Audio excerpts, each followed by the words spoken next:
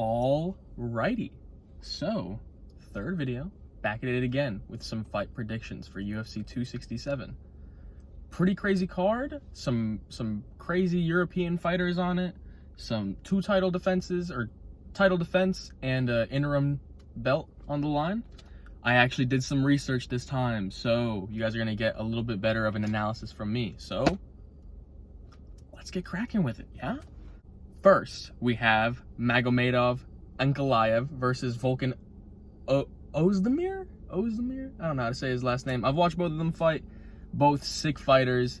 Ankalaev, you know, on a 5-fight win streak right now. Absolutely tearing dudes. 3 decisions, 2 knockouts. Had to fight Ion Cutelaba like twice. Fuck that guy. But regardless, sick fucking guy.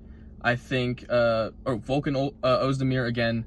Another sick stand-up striker, good takedown defense. Had a bit of a skid recently, you know, lost to Yuri Prochazka. But again, it's Yuri Prochazka. That dude's probably going to be the future light heavyweight champion. I think this is just going to be a crazy slugfest. I think that these two dudes are just going to fucking go at it. I think they're going to, you know, their stats are pretty much even. Their fights look pretty similar. But I think Magomed, I think he's gonna be a little bit slicker. I think he's gonna be a little bit quicker. And Oezdemir is pretty hittable. You know, he takes about 4-point-something strikes. You know, he absorbs about 4 strikes every minute, some significant strikes. So I think he's just gonna be more hittable. And I think Magomed is just gonna be more clinical. I think he's just gonna be cleaner with his technique. So I have crazy prediction here because I think it's going to be a barn burner. I think it's going to be, you know, swinging leather from the beginning of the, you know, from the bell. I think it's going to be a Magomed first round KO. Now, likely it's a decision, but I'm going to go with first round KO. I'm going to bet on it. You should bet on it too. Next, we have Ling versus Khamzat Chimaev. So this is another fucking banger. This is going to be another really good fight. You know, I've seen, obviously you got one of the futures of the UFC in Khamzat Chimaev, you know. Crazy hype train on him right now, riding off of a 17-second knockout of Gerard Meerschaert.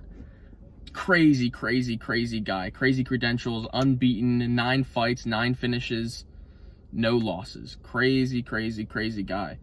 But you have to give the Leech credit where credit is due, right? He has pretty decent takedown defense, around 60 to 75% he stuffs.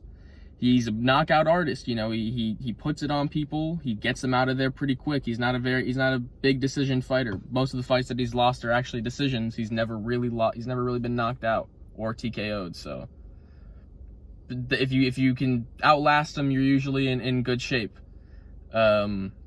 He's pretty crafty and he's bistantial. He switches stances a lot. So he's good, man. I feel like people are counting him out in this fight, but he's pretty solid. I think he'll definitely put on a show. But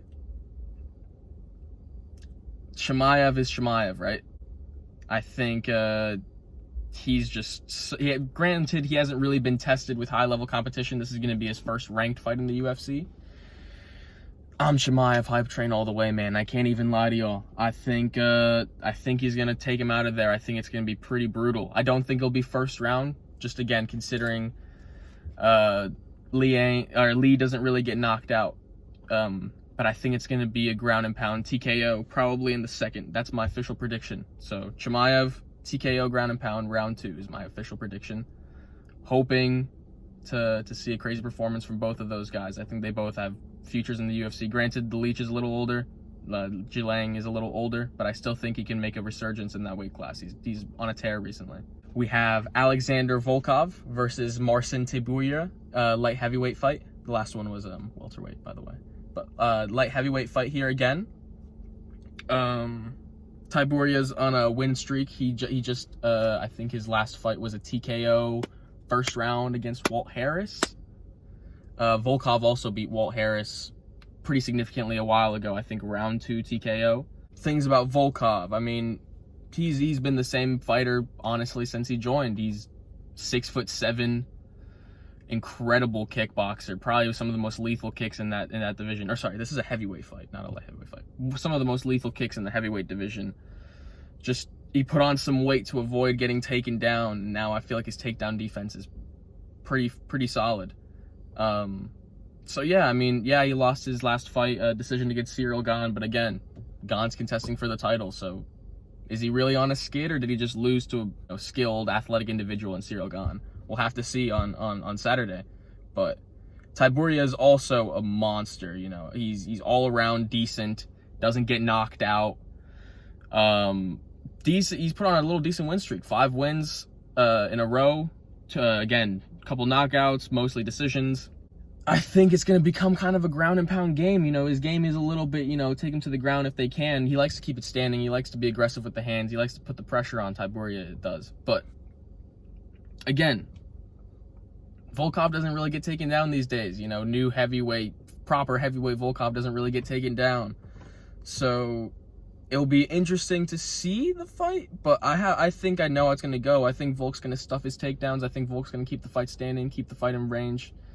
I think he's going to outpoint him. I think he's going to beat him on decision. So that's my official prediction. We're going to go with Alexander Volkov decision. Alexander Volkov decision. Bear with me. There's a couple more to get through here. Next, we have the third to last fight of the card. We have, this is a sick fight. We have Islam Makhachev, the Khabib protege, versus Dan the Hangman Hooker. Now, I recently just commentated on a Hooker fight. If you watch my last video, or commentated, I did a prediction on the last Hooker fight. And you might realize that it's been pretty recent since he last fought, around a month since the last fight he had. And you'd be right. Yeah, he took this fight on super short notice. Makhachev's original opponent, RDA, dropped out due to, I think, I don't know what he had. I think maybe COVID. Yeah, he's game. He's always been such a game fighter. One of my favorite fighters in the business. Now, for the actual breakdown. I mean, everyone knows, like I said, Islam is basically the Khabib protege. He's the successor. He's the one who's supposed to get that belt soon. But again, he has improvements in Khabib that Khabib didn't have, you know. Where Khabib struggled to take people down against the fence, Islam has judo throws and can kind of take you down for wherever he wants. He has better striking than Khabib. Granted, he's a, you know, people call him a boring fighter because of decisions. I mean, dude, 8-fight win streak. Come on. He's a monster in this division. Only 1 loss. He's the protege, man. He's a hype train. He's a minus 600 favorite, and it's clear to see. You know, Dan Hooker, he's always a crafty, interesting individual. He throws interesting strikes. You know, his knees are obviously going to be a big one for this fight if Islam decides to shoot. But, like I said, Islam is very, very, very technical. I don't think he's going to be dumb enough to shoot a naked takedown or attempt a double leg or a single leg in the middle of the octagon. I think he's going to clinch him up. He's going to take him down slowly, and he's going to pound him out. Look, I love Dan Hooker, but my official prediction for this fight is going to be an Islam Makhachev decision. Next, we have the interim bantamweight championship. Obviously, Aljamain Sterling had to pull out of this fight because of his neck injury. So Petr Yan and Corey Sandhagen are going to be the 2 contesting for this belt. I guess I could start with Corey. You know, he's what a stud that guy is. Just unpredictable. He's dynamic. He has a solid submission game, and he has highlight reel knockouts. You know, think back to Frankie Edgar, or think back to Marlon Moraes, or even before that, Gleison Taibo. He has just great movement, and he has power in both hands. He can hit you from wherever he wants. So he's going to be very, very, very difficult on the feet. Petr Yan is just, you know, freak athlete, but he's the best pure boxer in the bantamweight division. His cardio is incredible. He looks untouchable at the moment. I mean, he's known for bringing his opponents into deep waters and seeing if they can swim with the sharks, you know. So I'm intrigued to see how this one goes.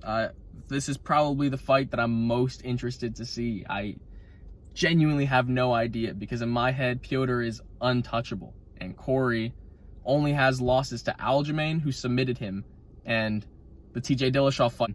If you watch that fight, could have gone either way. It just depends on how you like scoring MMA fights.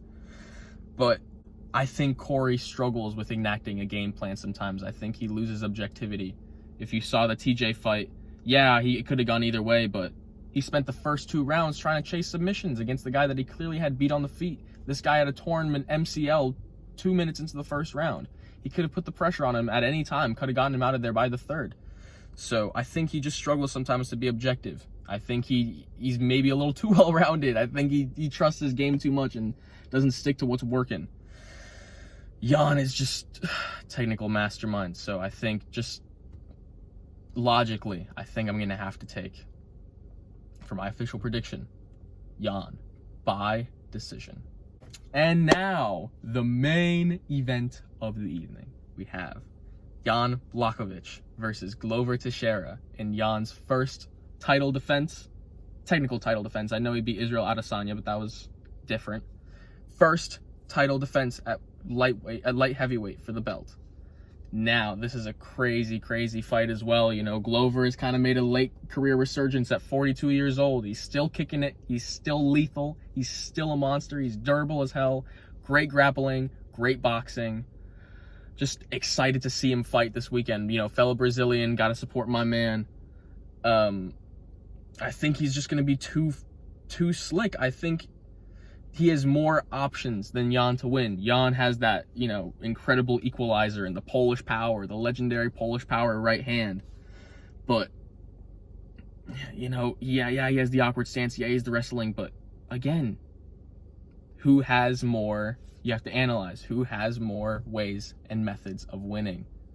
And I think Glover has him beat plus 3 or 4 different ways, you know? I think he's going to weather the early storm that Jan puts on him. I think Jan's going to try and get him out of there early.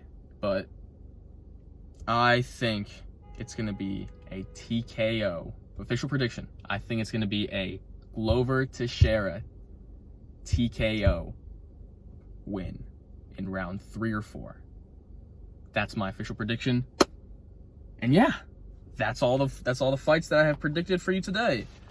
I'll be doing a post-fight predictions or post-fight, you know, analysis as well, talking about what I thought of the fights, how they went. But yeah, stay tuned. I'm excited to watch this fight. I'm excited to see where these fighters go from here, and I'm excited to see how this moves each of their divisions forward and how it sets up for the next couple of fights moving on in this, you know, these closing months of the year. So, thank you again. Love you guys. I'll be back soon. Thank you so much, and goodbye.